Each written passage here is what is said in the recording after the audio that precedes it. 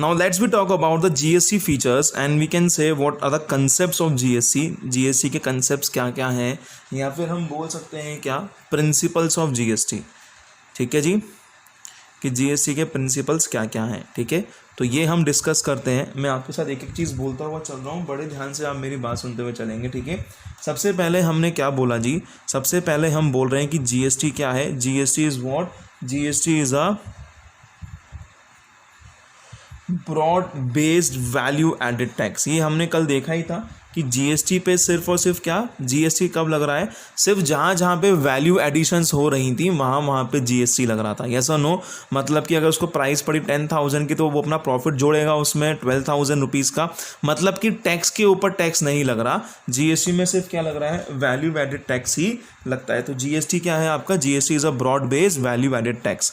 फिर हमने बोला था आपसे कि जीएसटी क्या है जी, GST is what, GST is a destination based tax. GST क्या है आपका, एक डेस्टिनेशन बेस्ड टैक्स है. डेस्टिनेशन बेस्ड टैक्स का मतलब मैंने क्या बताया था आपको, डेस्टिनेशन बेस्ड टैक्स का मीनिंग ये था कि उस स्टेट गवर्नमेंट को टैक्स मिलेगा जहाँ पर गुड्स आपके क्या हुए हैं, कंज्यूम्ड हुए हैं, या फिर जो यहाँ पे गुड्स आपके क्या करे गए हैं, डेस्टाइन करे गए हैं, भेजे गए हैं, उस वाली गवर्नमेंट को क्या मिलेगा, टैक्स मिलेगा. तो जीएसटी जो है आपका वो क्या है जी, डेस्टिनेशन बेस्ड टैक्स है.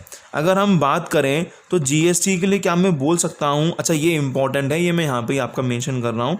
जीएसटी क्या है जी, जीएसटी जो है, जीएसटी के लिए क्या मैं बोल सकता हूँ कि टेक्निकली अगर देखा जाए तो जीएसटी जो है वो पेड बाय कौन है, सप्लायर. सप्लायर ही क्या करते हैं, जीएसटी को पे करते हैं, मतलब गवर्नमेंट को पे करते हैं सप्लायर. बट अगर यहाँ पे हम देखा जाए, बट अगर मैं बोलूँ it is actually borne by consumer. हाँ या ना, ये बिल्कुल सही बात है या नहीं है. मतलब कि कंज्यूमर ही तो होते हैं, कंज्यूमर्स ही क्या करते हैं एक्चुअली. तो अगर देखा है टेक्निकली तो हम क्या बोलते हैं कि यार सप्लायर को जीएसटी पे करना पड़ रहा है, टेक्निकली हम ये चीज़ बोलते हैं. बट एक्चुअली वो जीएसटी बॉर्न किसके द्वारा करा गया है, उसका बर्डन किसके ऊपर आया, उसका बर्डन किसके ऊपर आया, कंज्यूमर्स के ऊपर आया है. ठीक है जी, तो यहाँ पे हम ये बोलते हैं कि GST is technically what, paid by supplier but it is actually borne by the consumer. ठीक है जी. फिर एक चीज़ मैंने आपको बताई थी क्या, कि जी जीएसटी में हम बोल सकते हैं ये चीज़ कि जीएसटी में कोई भी कास्केडिंग इफेक्ट नहीं होता. ठीक है जी, तो no cascading effect in GST. GST में कोई भी कास्केडिंग इफेक्ट नहीं होता है. फिर मैंने आपको क्या बोला था कि जीएसटी में आपका कोई भी डबल टैक्सेशन नहीं है. यस और no, there is no double, या फिर हम बोल सकते हैं मल्टीपल टैक्सेशन नहीं है जीएसटी के केस में. ठीक है जी.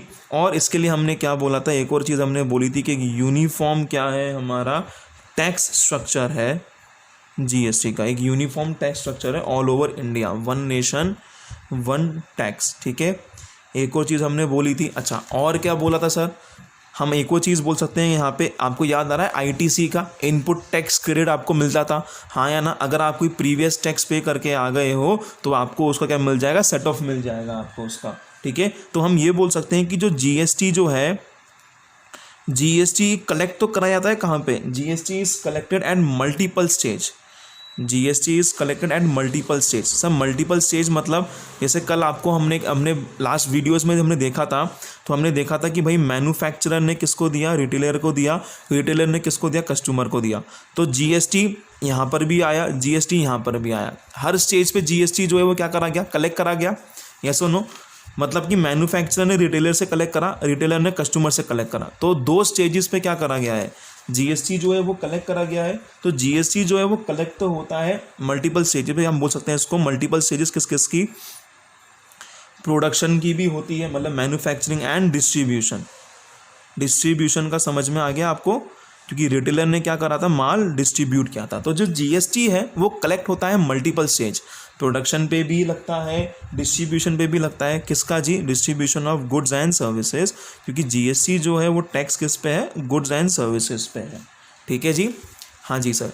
तो GST is collected at multiple stage of production and distribution of goods and services, जहाँ पर आप लोगों को क्या करना पड़ता है, जहाँ पर हम लोग टैक्स पे करते हैं, इन विच टैक्स पे करते हैं हम. अब एक और चीज़ हमें ये बात ध्यान देखनी होती है कि हमें यहाँ पे क्या मिलता है, आईटीसी मिलता है. तो तो हमने जो भी जीएसटी जो है वो कलेक्ट हुआ आपका multiple stages of production distribution of goods and services, जहां पर इन विच टैक्सेस जो आपने पे कर रखे हैं, टैक्सेस जो आपने पे कर रखे हैं कहाँ पे, इनपुट्स पे, टैक्सेस जो आपने पे कर रखे हैं इनपुट्स पे, वो आपको क्या कर दिए जाते हैं जी, अलाउ कर दिए जाते हैं एज सेट ऑफ, यस और नो, उसका क्या मिल जाता है आपको, अगेंस्ट, सेट ऑफ किसके अगेंस्ट मिल जाएगा आपको, अगेंस्ट टैक्सेस जो आप पे करना है आपको, taxes which is payable on output, yes और नो। इसका हमने एग्जाम्पल देख लिया था पूरा, जब आपको याद होगा हमने एक ऐसा कुछ चार्ट बनाया था, मैं आपको फिर से बना के दिखा देता हूँ एक बार, हम रिवीजन ही कर रहे हैं तो और अच्छा हमारा एक कंसेप्ट हो जाएगा। मैन्युफैक्चरर, लेट सपोज यहाँ पे हम ले लेते हैं रिटेलर, और यहाँ पे हमारे पास आ गया हमारा अल्टीमेट कस्टमर, ठीक है, कंज्यूमर।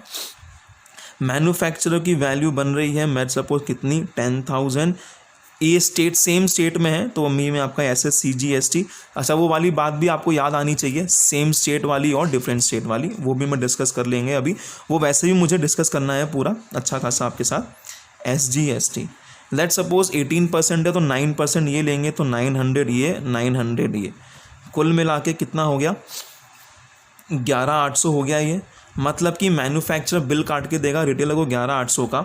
अब मैन्युफैक्चरर के, जब ये मैन्युफैक्चरर जो है इसकी रिस्पॉन्सिबिलिटी क्या है कि ये सेंट्रल गवर्नमेंट के पास जमा कराएगा 900 रुपये, स्टेट गवर्नमेंट के पास जमा करवाएगा 900 रुपये, ठीक है जी, हाँ जी।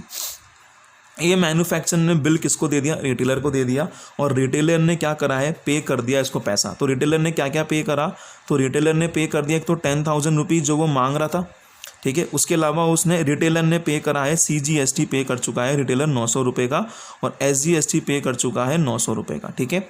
अब ये इसके पास माल आया, हाँ या ना, इसने का वैल्यू कितनी है जी, इसने का वैल्यू है 10,000, इसने अपना एडिशन करा उस पर 20% में मार्जिन मेरा भी रखूँगा तो कितना हो गया 12,000।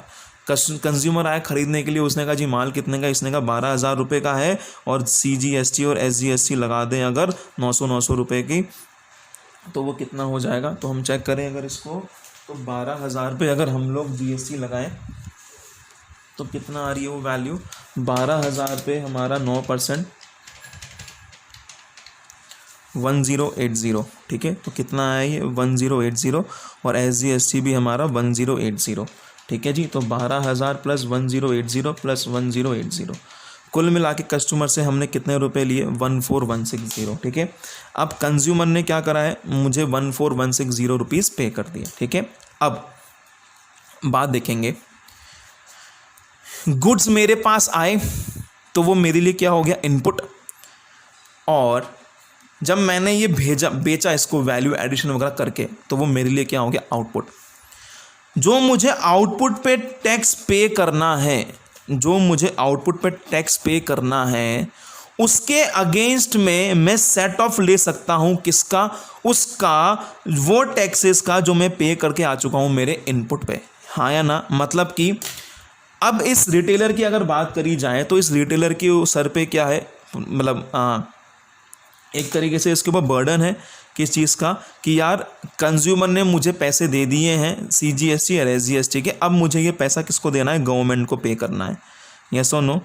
CGST और SGST कितना 1080, ठीक है जी, ये पे करेगा, क्यों, इसके ऊपर लायबिलिटी है कि इसको ये आउटपुट पे जो इसके पास टैक्स आया ये इसको गवर्नमेंट को पे करना है, ठीक है। पर जो ये इनपुट पे अपने टैक्स पे करके आ चुका है उसका ये सेट ऑफ यहाँ पे ले सकता है। तो इनपुट पे ये CGST कितना पे करके आया था, 900 रुपये, और कितना यहाँ पे SGST पे करके आया था 900 रुपये का, तो ये लेस हो जाएगा, तो 1080 माइनस 900 कितना हुआ, 180 रुपये ये गवर्नमेंट को पे करेगा, और 180 रुपये ये सेंट्रल गवर्नमेंट को पे करेगा, ठीक है। तो इसलिए हमने वहाँ पे बोला है, क्या चीज़ बोली हमने, कि जी GST जो है वो कलेक्ट तो होता है वैसे मल्टीपल स्टेजेस पे, प्रोडक्शन हो या डिस्ट्रीब्यूशन हो, पर जो आपने इनपुट पे टैक्स पे किया है उसका सेट ऑफ आपको मिल जाएगा किसके अगेंस्ट में, जो आपको टैक्सेस पे करने हैं अपने आउटपुट्स पे, ठीक है। तो ये एक और क्या हो गई जी, GST के बारे में हमारे फीचर्स हो गए, GST के बारे में हमारा कंसेप्ट हो गया, यहाँ पे प्रिंसिपल ऑफ GST हो गया। एक और हम कंसेप्ट देख लेते हैं क्या जी, ठीक है,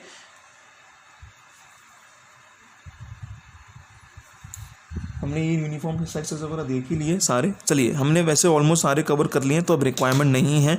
तो हमारा ये जो है ये क्या हो चुका है जी, ये हमारे फीचर्स हो चुके हैं जीएसटी को लेके। ठीक है, हम क्या कर रहे हैं, हम रिवाइज कर रहे हैं। अभी तक हमने जो फर्स्ट से लेके 10 लेक्चर्स में हमने पूरा पढ़ा, उसके अब हम क्या कर रहे हैं, उसका हम रिविजन्स कर रहे हैं। ठीक है जी, चलिए ये हमारा कंप्लीट हो गया है। अब मैं अगर बात करूं आपकी नेक्स्ट की, तो नेक्स्ट हम चीज़ क्या ले लेते हैं जी, अब हम बात कर लेते हैं कि जीएसटी की ज़रूरत क्यों पड़ी।